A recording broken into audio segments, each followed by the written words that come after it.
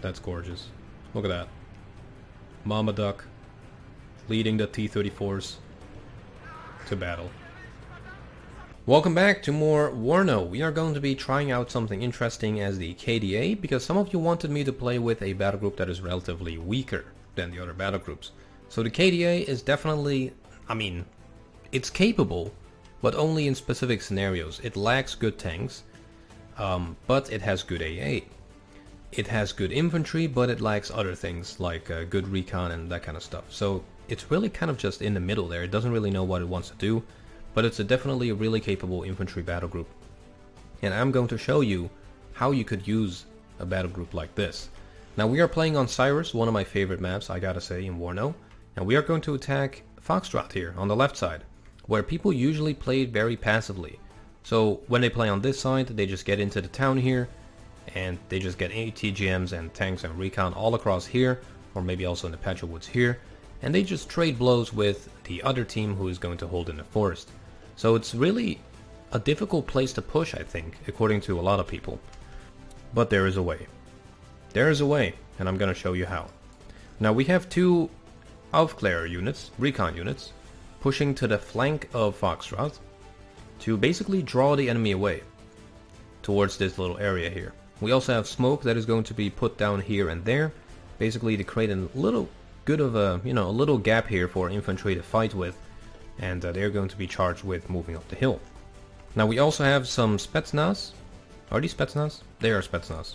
We got regular Spetsnaz with the RPOs, and we got the Spetsnaz OPs with the RPG-29. Now the Spetsnaz OPs are only a 4-man squad, so they really just disappear really quickly. So I'm just hoping for them to take out some APCs while they are still alive there. We also have some PT-76 recon vehicles moving up. One is going to be, well, actually both are probably going to move uphill here, because I do change the orders later. And we also have recon going to the flanks, and they are tasked with walking all across this map and getting behind enemy lines and spot things like their fobs here.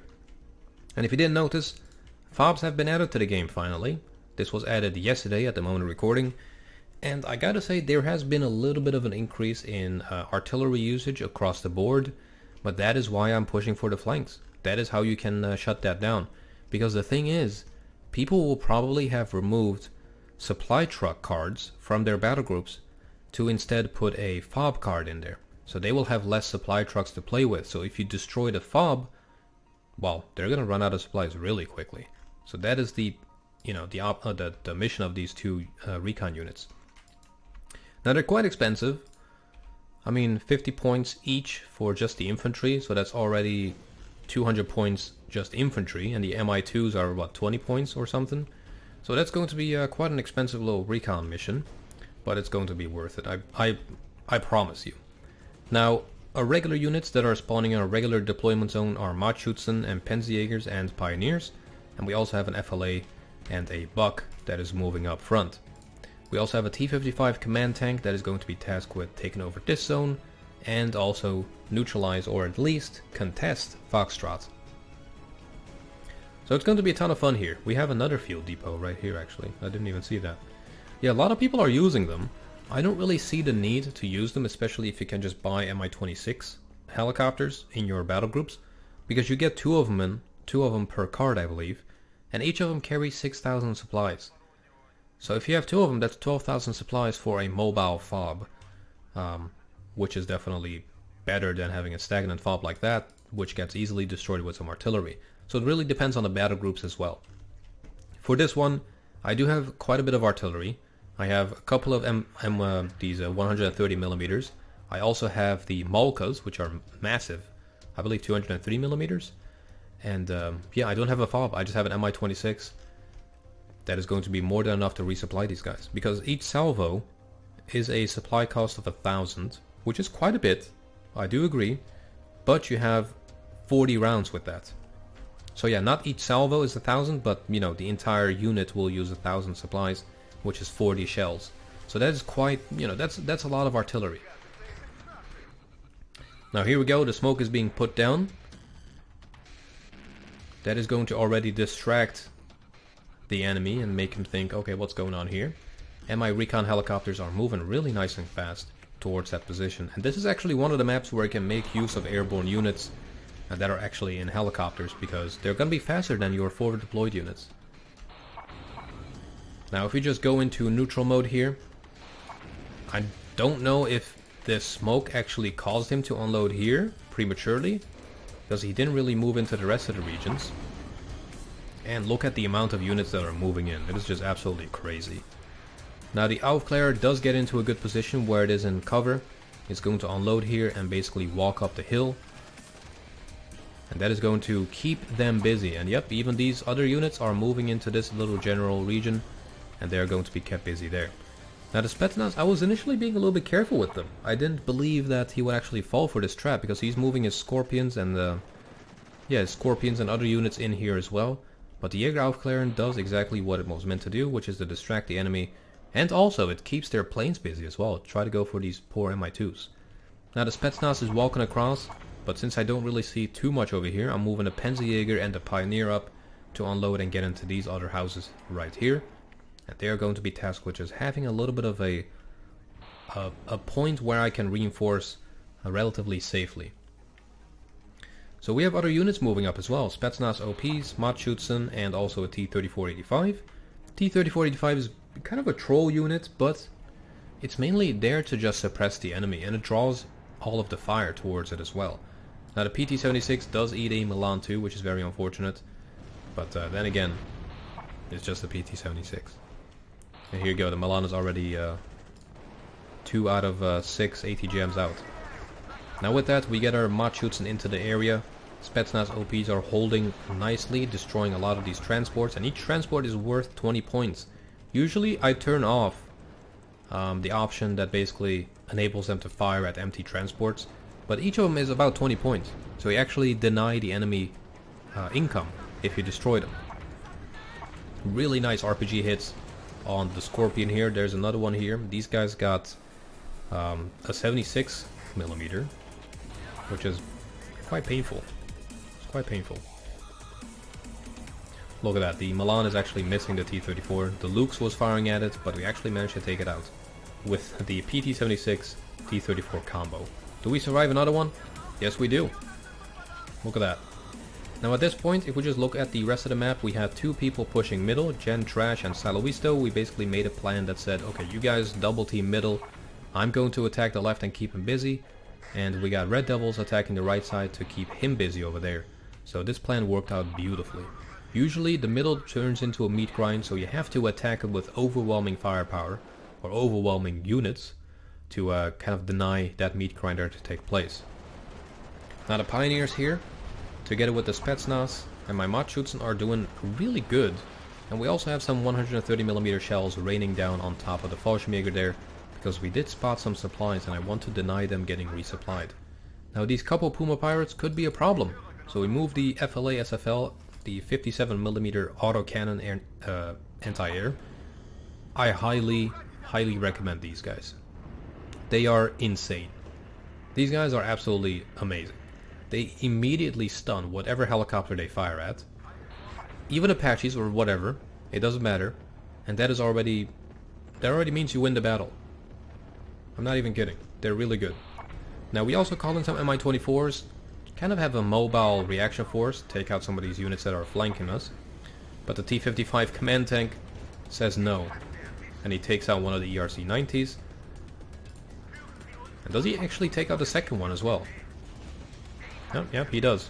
Look at that. FLA, the moment he opens up, it's like, it shatters their hopes and dreams immediately. It is nuts. Such a good unit to have. 100 points, like very cost effective. It already destroyed a couple Puma Pirates, each of them are 40. So, you know, you do the math. Now the Mi-24 here is giving some nice fire support on top of the Fallschirmjägers. Rockets doing not that much HP damage, but it panics them and suppresses them, which is more than enough for me. Now the Matschützen there are going to hold the line. Spetsnaz has just fallen back to rearm, because I do have some supply trucks moving in finally. And the rest of our army, or of our second wave, is slowly moving in now. Now we do get a nice hit with the Buck, but unfortunately the FLA wasn't able to do that 1 HP damage there. Now speaking of damage, even with that short burst, it completely panics the Jaguar, and actually does 1 HP damage. It's beautiful. Now unfortunately we do miss these 80 gems. And the Leopard 1A1 gets to fight another day. Now let's look what our recon is doing. This Aufklär is kind of halfway, no actually not even halfway there, but this guy is really close to the enemy base, and he's tasked with moving up here, and then he's going to be tasked with moving up to this little tree line here, which is the enemy base, and hopefully we will be spotting their FOBs and other artillery units. Yeah, just looking at my unit composition here, it's definitely an infantry focused battle group with light tanks just in a supportive role. You do get really good AA. That is something I could have focused more on because my buck is out of ammo here. The FLA is not going to be enough to destroy planes. You would need like 4 or 5 of them, I would say. But it does do a lot of damage, actually, when it does land a hit. Look at that. FLA opens up once again on the Puma Pirate. They're also really good fire support. And there goes another Puma Pirate. Now T-34s here are holding the line. We finally have our supplies coming in. They're going to be tasked with getting all of these guys back on health, because we have a lot of Spetsnaz and Machutsen that are just kind of getting hammered. These guys are trying to hold the front line here. There's kind of basically a Dunkirk situation here. We got some dudes holding the line while the rest of our guys are trying to just get back on HP. So it's a really fun match that I really am lucky to show off to you guys. Now the middle AA situation is definitely looking better than ours. We got a couple of Cubs here. Unfortunately they did miss most of their shots, but the amount of AA that is being spawning in for the middle is going to be absolutely insane. Now the Leopard 1A1 battling it out against my T-34s. Who is going to win that fight? We already brought him down to 2 HP, and with that we take out the Leopard 1A1. It's amazing. Now we got Spetsnaz OPs coming in to get some good anti-tank capabilities here, since we did see a lot of those lighter tanks coming in. But I'm going to play it relatively safe with them. I'm not going to do anything too crazy and just keep him relatively in the back here, but do move him in to start suppressing some of these guys. But the main fighting is going to be done with the regular Spetsnaz, which are wonderful units to use. Look at that. We do call it a MiG-25 RFB bomber right on top of the enemy units, routing a couple of them. Do we survive this? Probably not, right? I would be pissed if I survived, actually. Yeah, no, that's good. That's balanced. That's what I wanted to see. And speaking of artillery, here it begins. We got a double stack of Mars opening up, which is horrible for us. They do a ton of damage. And the thing is, each salvo only uses 480 supplies, which is really not that much. I actually calculated it, and you could basically fire 24/7 during a match for 40 minutes and only use half of the supplies. So without moving and just firing continuously, you could fire at whatever you want without stopping, and you would only use half the FOB supplies, which is kind of nuts. But maybe one way to balance artillery with the introduction of the FOB, or FSB as Eugene calls it now, would be to increase supply usage of artillery. That would be a good umbrella fix of pretty much the entire situation, to be honest. Because if they go one by one and not modify all of the artillery with in different ways, it's going to be a balancing. It's going to be a balance hell, basically. Now with the supplies, we are in a slightly better shape here. The Machutsen are falling back. The Spetsnaz is good on health, so that's moving up. And of course we have a fresh line of units coming in. We got more Machutsen coming in, which have the triple PKM, which is beautiful for a town fight. And we have our artillery raining down on the enemy position here. And if we just go into neutral mode, it is just to deny them this foothold here, because they are trying to get into this forest. So we have a mortar raining down to keep them suppressed. Now the Parmalan here is luckily out of 80 gems, but he does manage to take out another T-34 before he is out of 80 gems. Oof, yeah, that bomber hurt. Those Spetsnaz are not having a good time. We do finally manage to take out a plane though. Here we go, the Machutsen here have arrived. Spetsnaz, man, they're just holding out like a champ. Luckily our Mi-24 does land some really nice ATGM hits on the ERCs. But yeah, as you probably know, Spetsnaz don't have anti-tank capabilities. So we're kind of just hoping for the Jossten to arrive here sooner. We do take out 2 of them with the Mi-24, so that is really, really nice. Do we take out a 3rd? Yeah, no, the Jossten got there in time. Here we go. We got a good position here. More planes coming in though. We do have a supply truck at the buck now. With the hopes that we land some more hits. Which we don't, unfortunately. So yeah, the only thing that I would have improved or could have improved on my gameplay style here is to get more EA. But I really didn't want to take any points away from this town fight. Now the Spetsnaz here are going to be tasked with falling back towards the fob. And with that we have a second player joining the fray. We got Doe helping out Zed here now with his mechanized German units. Because, well, the middle is already lost to them. So he's going to be helping out here and try to make a breakthrough on this side. Which is bad for us. Now our 130mm artillery pieces are now firing at this little position here. And hopefully, with the hopes of basically stopping this advance. And our mortar is also raining down, which is a 120mm mortar back here. Now as you know, mortars are really just to suppress the enemy. It does do HP damage, of course, but with the spread that it has, I mainly use it to basically just suppress or smoke off an area. Here we go, 130mm are raining down. Doing a pretty good job of keeping him busy there, keeping him suppressed. But what are we going to do with this army that we're moving in? That is going to be a rough one. Well, I decided to just move up the Spetsnaz OPs. With the hope that we will be within RPG range. Unfortunately, one of them gets immediately doinked. And this Spetsnaz unit is just, you know, just barely out of range here. We should have probably fallen back with him and got him into the forest here. But, luckily for us, one of the martyrs decides to smoke. But unfortunately for us, he then peeks out of the smoke and destroys the Spetsnaz. So that was quite a painful one. These guys are expensive. Quite expensive.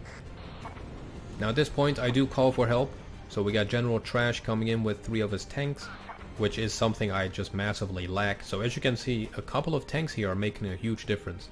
I do have T-62s, but again, at close range, even autocannons from the Martyr 182 are going to clap you.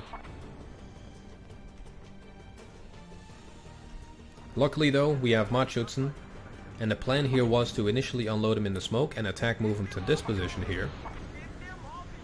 But the martyrs were immediately dealt with by the tanks there. And that kind of looks cool. Look at that. Just a graveyard of tanks. That looks cool. Look at that. Look at this.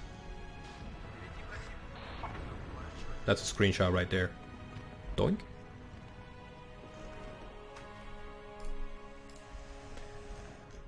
So, recon finally almost there. That has taken about 15 minutes. But my god, is it worth it. We move up the hill. We spot the enemy Mars. We spot the enemy Fob as well. And my first objective is not to counter the Mars, but to destroy the Fob and disable, what you call it? Take away their supplies, basically. Because I don't see a single supply truck here with all of their artillery. Not even here. So we got our 130mm firing on top of this. We also bought the... what's it called? I believe we also buy the Malka here at some point. To try to get some extra firepower. But the 130mm are going to be more than enough to destroy that thing. On the left side it's getting a little bit hairy here. The T-34s are just going to attack move. Try to create a line of fire support there. While the rest of our infantry gets resupplied. But luckily we do have another line of units coming in. Here it is. With the first and only salvo, we completely annihilate that thing. And now he's out of supplies. That is going to be huge. So that paid off for itself big time. Now Jossten are moving back to resupply. The Spetsnaz here are definitely shouldn't have been moved up, but seeing all of our teammates help, I guess I just moved them up without really paying attention there. But I wouldn't recommend that. I would definitely get them back on HP first. Yeah, look at that. That is painful. That's not something you want to see. These guys got wrecked. That's another thumbnail. That's another thumbnail right there, guys. Look at that. Yeah, that felt very, very good. Now, unfortunately though, with the artillery that we're putting down on the Mars, we don't destroy them completely. But whatever damage you do to Mars, it's going to take them time to recover from it. So if you suppress them heavily like this, well, he's going to have to fix up before he fires again, if he wants to make sure that they survive. So with the help of our teammates, Aloistos, Desantniki units, we're just charging through this point here. My infantry is still on the way, but instead of infantry, we also call in a lot of T-34s. And look at that. T-80 taking the lead here with T-34s following behind. It's like a mama duck with its babies. That's gorgeous. Look at that. Mama duck leading the T-34s to battle. That's cute. Yeah, T-34s are really definitely slept on if you, you know, if you know how to use them. They can be very, very deadly. For 25 points, you basically get a big old cannon. Now, initially, they were tasked with moving over here, but these Mars MLRSs are firing on top of us once again. That is going to do quite a lot of damage. And seeing it fires kind of on the road that we wanted to take, we divert our T-34s and just attack move them straight into the town. Oh, man, they do so much damage. It's a good strategy though, like you can't deny that, you know, you're losing the town, might as well just nuke it. You kinda have to in some cases.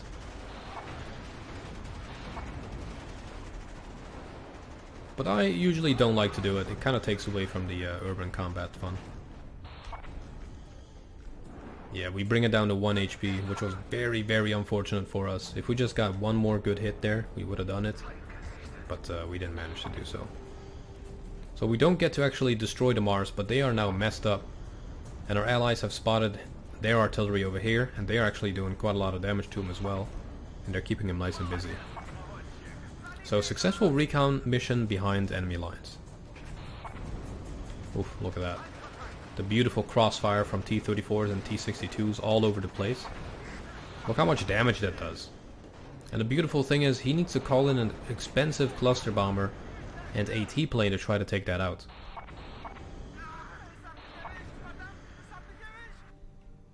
Did we manage to take it out? Yep, we did. And that already paid off for itself, all of this. Because those planes are quite expensive. Now, a Leopard 283 though is a little bit too ambitious for us here to take on. And we don't even get a hit on him, but that's fine.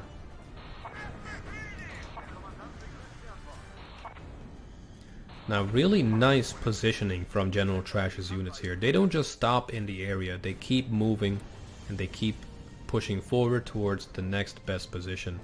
And that is definitely the way to do it, otherwise the enemy is going to get way too comfortable and you might actually lose the initiative that way because they can just build up a ton of units.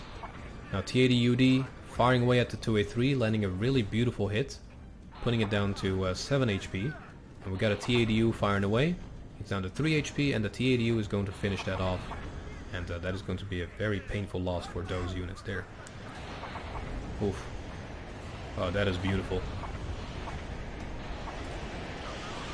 That's gorgeous right there. Beautiful positioning with Mi-28s, or 24s. Here we go, T-34 versus ERC. Not a good time. Second try, also not a good time. ERCs are deadly. Aiming time 3 seconds. What is a T-34? Also 3 seconds. Okay. Not bad, not bad. Now if you look at the new supply situation they got, he has to call in these supply trucks now.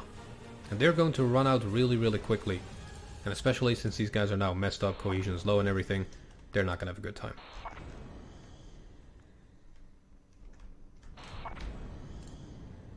You can already guess that we're about to win, right? But I hope you still enjoyed this little fight here.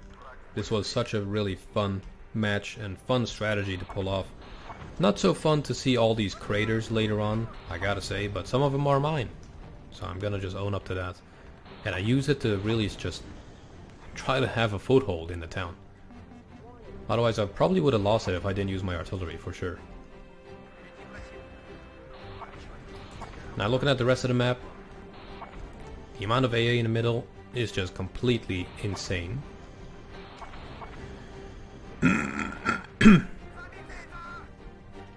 Just the amount of Cubs and just Osas, manpads, it's crazy. Absolutely crazy. But big props though for the enemy to just to stick it out and still play the game. That is exactly what it should be about. Just to learn from these matches. For our side to learn what is possible and what went really well. For me, definitely to have more AA, because 1 buck and 1 FLA is not enough. You need at least 2 bucks and 1 FLA perhaps.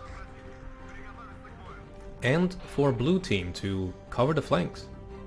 Because if they go into the replay, which they should after losing a game, they can really see what went wrong. And they will immediately know what went wrong. That recon destroyed their entire supply situation behind their lines.